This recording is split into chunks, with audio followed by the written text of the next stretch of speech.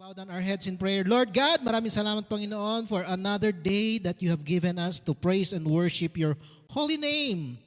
Lord, I know this day is special because we are going to celebrate our Christmas party, O Lord God.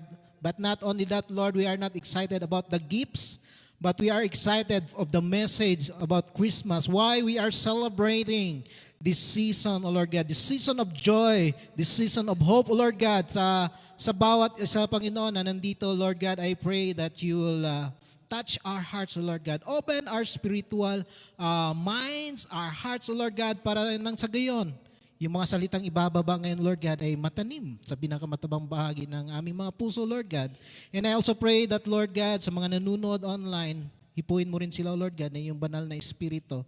Lord, na mangusap sa bawat isa sa amin ngayong umaga. Lord, use me only as your mouthpiece, O Lord God. Let your anointing flow on me, O Lord God, na hindi ako makikita nila, Lord, ngunit si Jesus ang may tataas sa aming kalagitnaan. Wala kaming tinataas dito, ngunit si Jesus lamang na siyang simbolo ng kapanganakan ng Pasko ang maihahayag ngayong umaga. Kaya Lord God, maraming salamat Panginoon sa buhay ng bawat isa na nandito, Lord God. I know this is not an accident, O Lord. You have a plan and a purpose for each and every one of us this morning. Kaya Lord God, we thank you, we bless you in Jesus' name, and all the saints will say, Amen. Amen. Sit down muna tayo, masyadong seryoso. Hallelujah, praise God, and welcome once again to Jesus Christ Be Lifted Up International Fellowship. Ayan. Kinagagalak namin kayong makasama. Amen, amen. So, how many of us wants to hear a good news this morning? Amen, amen. So, today I want to speak in a message entitled, kung meron kayong mga Bibles dyan, buksan natin. But ayaw, Mel, ayan, entitled, basahin ko muna. Ito yung title yung verse pala, the title of the message, but nauna to, ayan ang title ng ating message. Good news! Magandang balita. Kasi marami sa atin, sawang-sawa na tayo sa mga bad news na lang palagi. Kung hindi man bad news, balita nga, marites naman. Di ba? Sawang-sawa ka na ba sa marites? Kaya ngayong umaga, ito, good news to. Hindi to marites, totoo ito mga kapatid. Amen? So, ito, basahin muna natin yung ating text bago natin sisimulan. Balik natin, ayan, kasi nauna pala siya. Sa Luke chapter 2, verse 8 until 11. Ito yung text na ating paggugulay-gulayan ngayon kung bakit nga ba natin ginaganap o sa Tagalog, Bisaya, kasi lisod kaya man kung mag-Tagalog, no? Lalo na meron tayong mga bisita. Ayan na, kung Ilonggo pa lang, hindi gid ayun lang alam ko. Amen. Sa Waray, wala na akong alam sa Waray. Si Ate Jem na, sige dyan ang bahala dyan. Amen. So dito, basahin natin sa Luke 2, chapter 8, verse 11. I know this is a very, very familiar verse. Every December, naririnig natin to madalas at hindi na to bago sa atin. Amen. If you have your Bibles dyan sa mga nasa online, buksan natin. Luke 2, chapter 8, verse 11. Ang sinasabi rito, and there were shepherds living out in the fields nearby, keeping watch over their flocks at night. An angel of the Lord appeared to them, and the glory of the Lord shone around them, and they were terrified. Imaginin mo kapatid, ikaw nandoon ka sa iyong mga alagang hayop, biglang may nagpakita. Di ka ba magugulat? Sabihin mo siguro, ay multo. Di ba? Matatakot ka. But, in verse 10, basahin natin, but the angel said to them, do not be afraid. I bring you what? Lakasan natin. Good news that will cause great joy for all the people. Today, in the town of David, a Savior has been born to you. He is the Messiah, the Lord. This is why we are filled with joy. Amen. Because diyan sinasabi, this is why Christmas is a season filled with joy and gladness, and really because Christmas is good news. Because ang sinasabi niyan, in a town of David, a Savior has been born to you. He is the Messiah, the Lord. Amen. Kung kahit nandyan lang, pwede na. Uwi na tayo, kakain na tayo. 12:00 na eh. Amen. Pwede na yan, Coach. Amen. Pero may sinasabi si Lord sa bawat isa sa atin. As we can see here in the last verse, kung titigan natin yung last verse, dyan lang pwede na. Have you noticed the 3 titles of Jesus? 3 title ni Jesus nandyan. Binigay sa atin. And how did Luke define Jesus here? Sa verse na yan. Tingnan natin. In the 3 titles, ang sinasabi doon, di ba una, number 1, a Savior has been born. He is the Messiah, the Lord. Ang gagaling na ating mga kuwan ngayon. Everybody say, wow. Mapapawaw ka talaga kasi isang verse lang, nandun na eh. Siksik, liglig, umaapaw. Amen. So today, we will focus on the 3 titles of Jesus. Why it is good news. Amen. So number 1, wag nating patatagalin. Unahin natin dyan sa good news. Bakit nga ba good news? Because one of the major reasons, kahit yung mga anghel, di ba kanina, I bring you joy. Yun yung sinasabi ng mga anghel kanina, di ba? Habang binabalita ng anghel, natuwa siya. Amen? You and I, we have a Savior. Amen. Ang hina ng amen. Ang lamig talaga ng panahon. Sige lang, bubuhayin ko kayo. Huwag kayong mag-alala. Mamaya, alive din yan. Amen. So, nahihiya lang. Nakikiramdam. Amen. Sabihin mo sa katabi mo, you have a Savior. Yan, titigan mo. Ayan, wag kang snub dyan. Titigan mo. And that is why, this is one of the reasons why we celebrate. Amen. Christmas, because we have a Savior. God who is divine. Akalaan mo yun? God who is divine chose to become human. Amen. Nandun siya sa langit, bumaba, pinanganak to save us. To understand the word Savior, para mas lalo nating maintindihan ang salitang Savior, in the Hebrew word, it means rescuer. May tagapagligtas. Kung meron ka mang diraranas, hindi ka makalabas, may tagatulong. Rescue, di ba? Amen? So, hindi lang yun. Isa rin siyang, ba't matagal? Ayan, ransomer. Diba? Sinong nakapanood ng mga movie about kidnapping, may nagbabayad ng ransom, so siya yung ransomer, ang tinatawag. And finally, pag sinasabi nating Savior, He is a Redeemer. Pag sinasabi nating Redeemer, tagatubos. Sabi sa Matthew chapter 1 verse 21, she will give birth to a son and you are to give him the name Jesus because he will save his people from their sins. Amen. So sino ba naniniwala dito na that because of your sins, papupunta tayo ng hell? Taas ng kamay, huwag mahiya. Ako, tinaas ko ang kamay ko. Bakit ayaw niyong itaas ang kamay niyo? Huwag mong sabihin, wala kayong mga kasalanan. Taas! Huwag mahiya! Amen! Lahat tayo taas! Amen! Sa mga naniniwala na dahil sa kasalanan nila, papunta na sila ng hell. Lahat tayo walang ligtas. Kahit si Coach may kasalanan. Wow! So, ibig sabihin, kung walang Savior, saan tayo papupunta? Saan?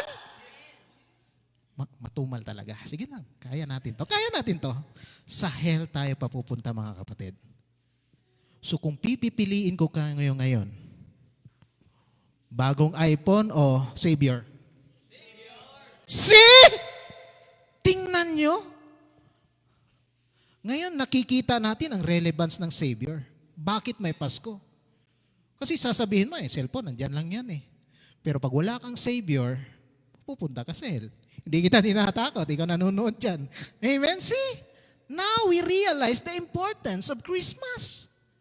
Kailangan natin natin ng Savior kasi kahit na may bago kang iPhone 15, may bagong bahay, kotse, o ano pa ba, 4x4 para sa farm ni Ate Brenda, wala yun lahat kung wala kang Savior.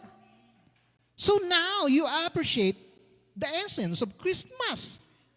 He will save His people from their sins. We've got to understand that the greatest gift of this Christmas is Jesus Christ. Hindi yung mga nakabalot. Amen. Hindi yung mga nakabalot na regalo.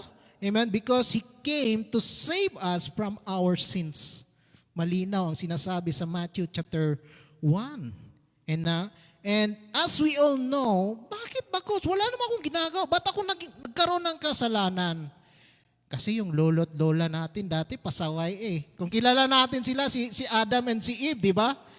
In the Garden of Eden, Adam and Eve fell down. They went dragging all humanity with them into the darkness of death, of sin. Walang kaligtas. Nung pinanganak ka pa lang, nandoon na, may baon-baon ka na kaagad na kasalanan. Di ba? Kahit sabihin mo, wala Ay, maniwala tayo. Bakit yung baby, pag ninakawan mo ng biskwit, ba't inaaway ka? Maramot. Di ba? Wala namang isip yun. Baby pa yan. Ba't nagagalit? Di ba? Doon pa lang makikita mo, oo nga pala, may kasalanan na. Amen? May hatred, may anger, nandoon na yung mga kasalanan. Kung ano pa may mga kasalanan, hindi na natin banggitin. Amen? So this is to encourage us that God came down to where we were and got us.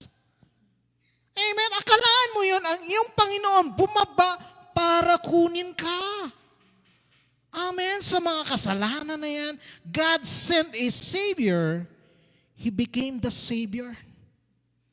Hindi lang imaginary na, may Panginoon. Pero kung walang bumaba, maniwala ka bang may Panginoon? Siyempre hindi, di ba? And that is the reason why we believers, we who understand the good news, we who understand the Bible, celebrate Christmas. Yan ang kadahilanan. Kasi sa araw na yon, nung unang Pasko, God sent His Son to save you and me. So malinaw, He became human, suffered for our sins on the cross because He so loved us. Yun yung sinasabi ni Ate Glenda kanina sa John chapter 3 verse 16. For God so loved the world. Amen! So today, my hope and prayer for all of us, kahit na hindi man natin nakukuha yung regalong inaasam-asam natin ngayong Pasko, yung wini-wish nating regalo, siguro, ano bang magandang regalo? Wag naman bagong asawa, bagong cellphone, yan, bagong cellphone, ano pa? Bagong damit, bagong relationship, kay Kuya Jeff na single pa rin hanggang ngayon. Wala pa, Kuya Jeff, hindi pa nababalot yung misis mo. Tis-tis lang. Amen? So, eto mga kapatid, ang sinasabi sa atin ni Lord, I tell you, it's okay. We've got everything that we need. Amen? We have Jesus. Amen? We have a Savior. And it is a good news. Come on! Palakpakan natin si Lord. Mukhang hindi excited sa good news. Ay, nako. And because all of that, we are not going to hell. Kaya pasalamat tayo. We are not going to hell. So number 2, yan. Minadali na natin to. Minimekos-mekos na yan. Basahin natin. Number 2 title of Jesus, Messiah. Amen? Ibig sabihin ng Messiah, by definition, He is a promise, leader, and Savior. Ipinangakong mamumuno at tagapagligtas. In a Jewish context, pag sinasabi mo yung word na Messiah, mag-ingat ka. Amen? Mag-ingat ka sa sobrang big deal sa kanila because we are not just talking about a Savior. Kasi sabi mo, kanina nabanggit na yung Savior. Di ba? Nabanggit na kanina, Coach. Ba't binalik ulit ito? Ba't sinabi ulit na promise, leader, and Savior? Because pag sinasabi nating Messiah, bigyan natin ng emphasis yung word na promise. Everybody say promise. Yan, para hindi kayo matulog. May maghihilik na dyan eh. Amen? Promise. So yun yung keyword doon. Pag pinasabi mong Messiah, may ipinangako. Amen? And pag ipinangako, as far as the Jewish are concerned, pinangakuan sila ni Lord ng leader and Savior. Hindi lang yun, di ba? Deliverer, Redeemer, Rescuer. And when Christmas happened, lahat ng pangako ng Diyos sa kanila in the Old Testament came into fulfillment. That is why Christmas is again good news. Mahina. Again. Amen. Sumisigaw na ako rito para magising lang kayo. Amen. Good news. Kasi kung ipinanganak si Jesus, it is a proof that God is really a great promise keeper. Amen. Hallelujah. Nakuha din nila. God is a great promise keeper. And this is good news because we have a God who keeps His promises. Kung sa tao siguro yung pangako, napapako, magbabayad ng utang ilang taon na, utang pa rin, hindi pa rin nababayaran. So question, sino dito ang may mga natanggap ng pangako mula kay Lord? Amen! Praise God sa mga kamay na yan. So good news. Kung hindi mo pa man natanggap yan, hindi pa man natupad sa iba yung mga pangako ni Lord, good news. Christmas is a proof, that our God is a promise-keeping God. Kapit lang. Kung yung promotion man siguro, pinangako ni Lord 10 years ago. Wow! Grabe! 10 years ago! Grabe naman promotion yan. Yung papuntang Canada, 3 years ago na. Ang tagal na! Kuya Jan? Sabihin na, ang tagal na yung pang-Canada ko, ba't hindi pa rin natutupad? Pero itong sinasabi ni Lord, our God is a great promise keeper. Amen. Kaya kung matagal man yung love life na yan, Kuya Jeff, pangako ni Lord, okay lang. Mahalaga, gagawin niya. Amen. So remember this. Ang sinasabi doon sa Ecclesiastes, di ba? Everything is beautiful in God's own time. Kaya kapit lang, besh. Kuya Jeff, kapit lang ha. Mamaya, bibitaw ka na yan. Manligaw ka rin kasi. Wala ka rin kasi nililigaw. Alangan naman yung babae lalapit sa'yo. Mahirap naman din yan. Di ba? So, let me show you a proof that na totoo yung mga pangako ni Lord. Amen. One Bible scholar in the name of J. Barton Payne, according sa kanya, after studying the Bible in years, he concluded that there are actually 574 verses in the Old Testament that points or give reference to the coming of Messiah. Dami pala, no? Ibig sabihin, mula nung ginawa yung Old Testament na yan, nakailang promise si Lord? According sa kanya, 574. Ang dami.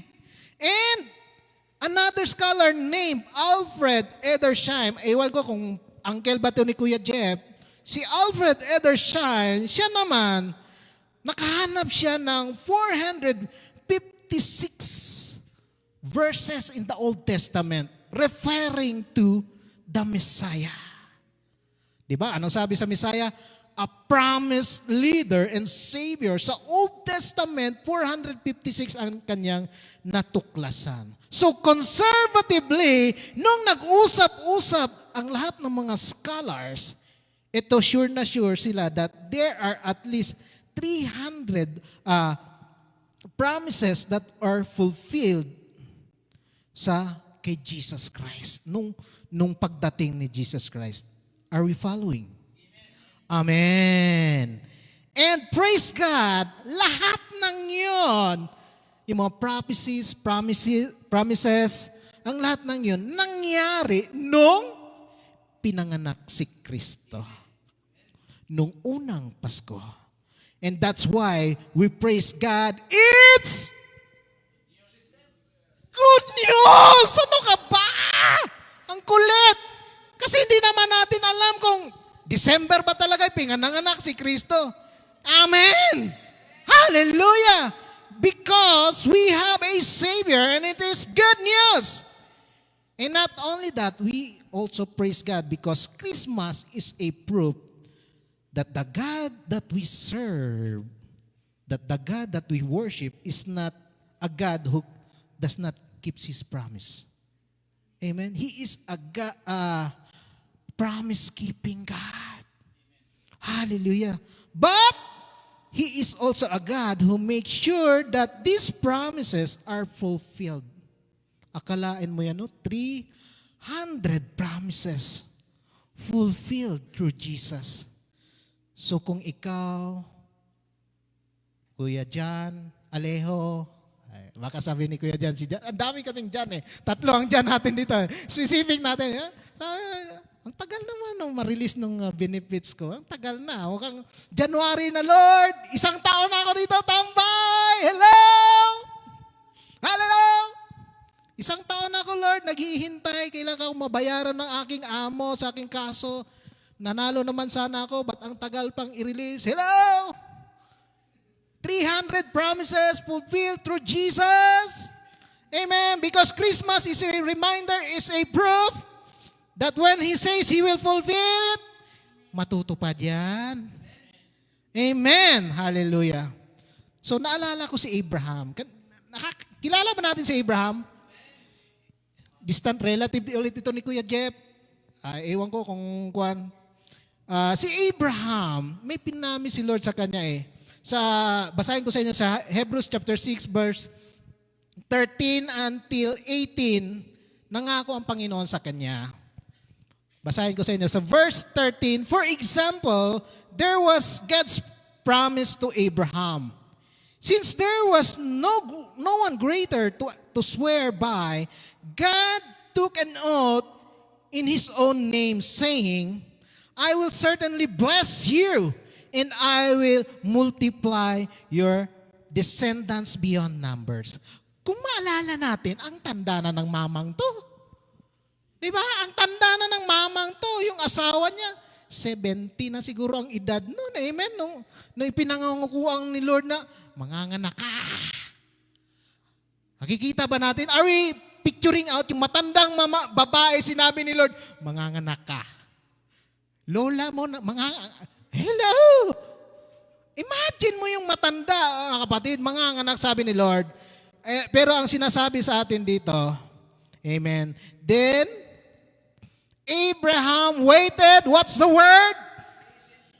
Patiently, Kuya John. And he received what God had promised. Amen. So dapat pala may pasensya ka. So verse 16, now when people take an oath, they call on someone greater than themselves to hold them to it. Sino ba yun? Si Lord, di ba? And without any question, that oath is binding. Amen. So yung faith mo dapat may kasama yung patience. Amen. So ituloy natin. So, ang sinasabi ni Lord dito sa verse 17, God also bound Himself with an oath so that those who receive the promise could be perfectly sure that He would never change His mind. So sino bang natutuwa na ang Diyos natin hindi pa bago-bago ang kanyang iniisip? Amen? Kasi kung nagbago ang isip niya, ay pasaway ka kasi Kuya Jeffrey, hindi kita bibigyan ng love life. Pasaway ka kasi dati puro ka kasi ganito, hindi mo inalagaan yung relasyon. Amen. So kung nagbago ang isip ni Lord, ay kayo mga Israelites, tigas ng ulo nyo, hindi kayo nagbabago, nilabas ko na nga kayo doon sa Egypt, ganito pa inyong ginawa. Amen. Nagbisyo kayo, kung anong bisyo pinasok nyo, wag na, wag ko na ipadala si Savior, wag na yung Messiah, wag na. Cancel. Pero ang maganda dito, He would never change His mind. Palakpakan natin si Lord. Amen. Amen. Kasi, verse 18, so God has given both His promise and His oath. These two things are unchangeable because it is impossible for God to lie. Yun ang maganda dyan, amen? Hindi nagsisinungaling ang Panginoon. Therefore, he who have fled to Him for refuge can have great confidence as we hold to the hope that lies before us. Kaya, amen and praise God tayo gan. Kasi our God is a great promise keeper. Amen. May hope. So let's be reminded na hindi lang siya Savior. It's also a reminder that He is a promise keeper. Di ba may kanta tayo niyan, Ate Jem? Waymaker! Yan na nga sinasabi ko. He's a promise-keeping God. Waymaker. Amen? Awitin natin yan paminsan-minsan. That's why Christmas is also called, di ba naririnig natin, a season of hope. A season of joy. Ito pala yun. Kasi nag-hope ka na matupad yung mga pangako ni Lord sa ating buhay. Sabi mo siguro, napako na yata, mukhang 10 taon na yung love life, hinihintay ka, wala pa rin eh. Amen, yung promotion, yung papuntang Canada, mukhang nakailang winter na lang. Ay, nako, si Lord nang bahala. This is a season of hope. Type mo dyan, Amen! Sabi ni D.L. Moody, and I wanna quote him, ang sabi niya, kung kilala niyo si D.L. Moody, God never made a promise that was too good to be true. Seryoso lahat? Naninigaw na nga eh. Bakit sinasabi nating too good to be true? God promised a Savior, a Redeemer, a Deliverer, a Messiah. That is too good to be true. Amen? I mean, God, with all His divinity, bumaba mula sa langit. Too good to be true. But it happened. Amen. Hallelujah. Choosing to become human for us. That is too good to be true. Mukhang imposible na ang Panginoon bumaba ng lupa, naging tao. Kaya ikaw, na nanonood dyan, continue to cling on God's promise. Amen? Because, anong sinasabi dyan? The future is bright because of God's promises. Hindi lang isa, may S yan, kapatid. Promises. Kasi ang sinasabi sa 2 Corinthians chapter 1 verse 20, we celebrate the Christ in whom all of God's promises are what? Yes and amen. Pag ipinangako ng Lord, tutuparin niya. Hindi niya sinasabing no.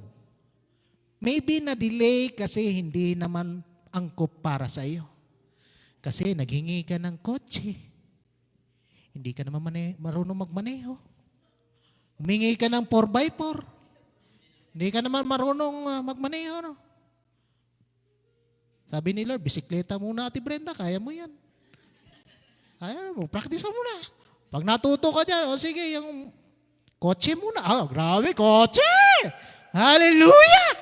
Amen! Kaya hindi lahat ng pinapanalangin natin, yes and amen din, linawin ko. Kasi, mamaya sinabi, yung Lord, sabi mo, yes and amen eh. Kasi maraming nakakapahamak sa'yo, kapatid.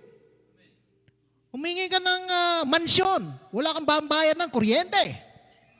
50,000 according to Rosmar ang binabayaran doon sa 45 million mansion niya. Doon sa Tagaytay. 50,000 kuryente pa lang. Pagkain na yun ng isang pamilya, binubuhay. Kaya bibigyan ka ni Lord ng mansion. May mansion ka nga, brown out naman. Ikaw rin. Ano? Payag ka nun. Kaya, isip-isipin ko na yung mga hinihingi natin kay Lord. Amen. Amen. Hallelujah. So, first title, ano yan? Balikan natin. Title. Savior. Pangalawa? Pangatlo? Lord. Lord. When we talk about Lord, we are talking about the divine Lord, the God. Hindi yung landlord dito, yung Lord na may-ari ng bahay, si landlord, o sino bang Lord yan? Drug Lord. Nako, nakakatakot. Amen. So we are talking about a divine Lord who chose to become human. In fact, one of the title of Jesus yung pinanganak siya, anong title niya? Emmanuel, meaning God with us. Hallelujah. Good news ulit. Amen. Good news ulit. And we all know what it means, ano?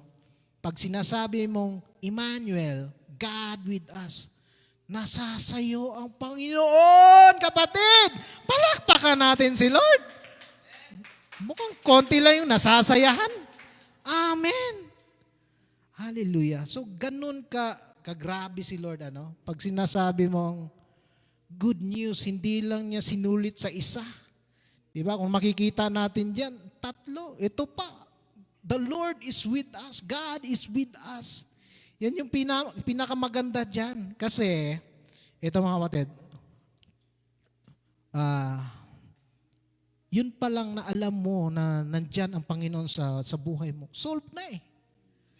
Kasi pag alam mo nandyan the Lord, God is with us, alam mo hindi ka niya pinapabayaan. Kung meron ka mang dinadalang mga pagsubok sa buhay, may dinadala problema sa relationship, pamilya, negosyo man yan. May negosyo ka sa Pilipinas, nagkaroon ng problema sa anak, nag-drugs doon, o ano pa ba. Amen. Pero ito, sinasabi ni Lord na kapit lang, God is with you. Pakisabi nga sa katabi mo para mabuhay naman, God is with you. Amen. Amen. Kasi mamaya, sabihin nyo, ginagawa-gawa ko lang to si Emmanuel kasi uncle mo kasi si Emmanuel Piñol. Hindi. Nasa Biblia talaga ito, mga kapatid. Ang sinasabi dito sa Bible, diyan, makikita natin, Matthew chapter 1, verse 23. Malapit na tayo matapos, huwag kayong mag-alala. In-announce dito, look, the virgin will conceive a child. She will give birth to a son, and they will call him Emmanuel, which means God with us. It happened. Nung pinanganak si Kristo, it happened. God could have stayed in heaven. Pwede siyang nandun lang sa langit at panoorin lang kayo manilikha, di ba? Diba? Nagkagulo sila doon, bahala kayo dyan. Yeah, pwede, but He came down. Amen? At hindi lang yung mga kapatid, and because of Christmas, Emmanuel happened, God is with us. Amen? At hindi na natin pahabain kasi yun naman talagang message, di ba? You have a Savior, you have a Messiah, at alam natin may Lord. Ang tanong na lang, naniniwala ka bang may Lord? Amen? And I will end here. Sabi sa isang Bible scholar, dito tayo magtatapos. Sabi ni Ed Jarrett, si Ed Jarrett, mga kapatid, he is a Bible school professor for 40 years. Akalain mo yan, inaral niya ang Biblia for 40 years. After writing his essay about Emmanuel, he ended with this word. Ang sabi niya, ang sabi ni Ed Jarrett, what does it mean yung Emmanuel? Tinanong niya. It means that I am never alone, even in my darkest times. He is, anong sabi niya? With me. I can trust that no matter what come my way, He will keep me safe. Woo! Hallelujah! Amen! Natutuwa ba tayo dyan? At hindi lang doon, sabi niya pa, we can have no greater privilege. So ibig sabihin, it's a privilege pala that God is with us than to have God with us. Can I hear an amen? Amen. Palakpakan natin si Lord at let's all stand as we pray. Hallelujah. Ang ganda ng mensahe, ano? Good news. Good news sa season of joy and hope. Amen. Hallelujah. So why don't we all bow down our heads in prayer? Before we will close, tanungin muna natin ating sarili. Meron ka na bang Savior? Meron ka na bang Redeemer? Meron ka na bang Lord? Kahit na ikaw nanonood dyan, tanungin mo yung sarili. Baka first time mo lang napadpad sa channel na ito. Niyaya ka na yung kaibigan na manood at nakita mo to. I would like to ask you, kung gusto mo, now is the time to accept Jesus as your personal Lord, Master and Savior. Banggitin mo lamang to at sundan ako. Kung gusto mong tanggapin si Kristo ngayong umaga, walang pumipilit kapatid. Libre ito. Amen.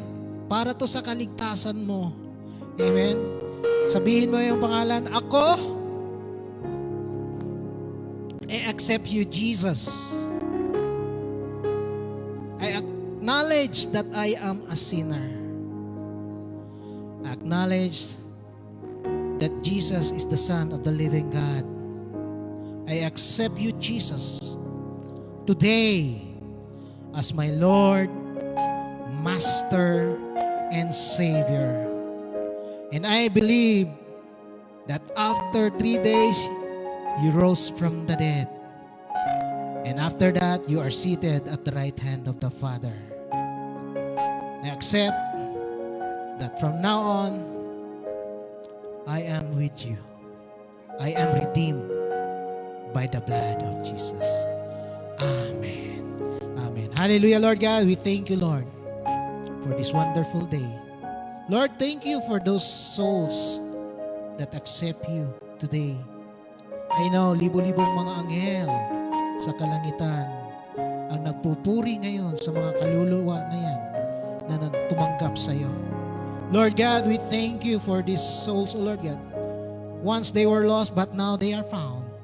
Lord, thank you that you keep your promise, O Lord God, that you save them, you deliver them, you rescue them, you redeem them, O Lord God, from those sins. Kaya Lord God, we thank you for the message of Christmas. I hope that, Lord, each and every one of us, baon-baonin namin itong good news, O Lord God, about the Savior, the Messiah, and the Lord. And His name is Jesus. That, Lord God, malinaw na sa amin ngayon kung ano ang kahulugan ng Pasko. That you are Emmanuel, God with us. You are the promise, O Lord God, that was made flesh before us. Kaya Lord, we thank you.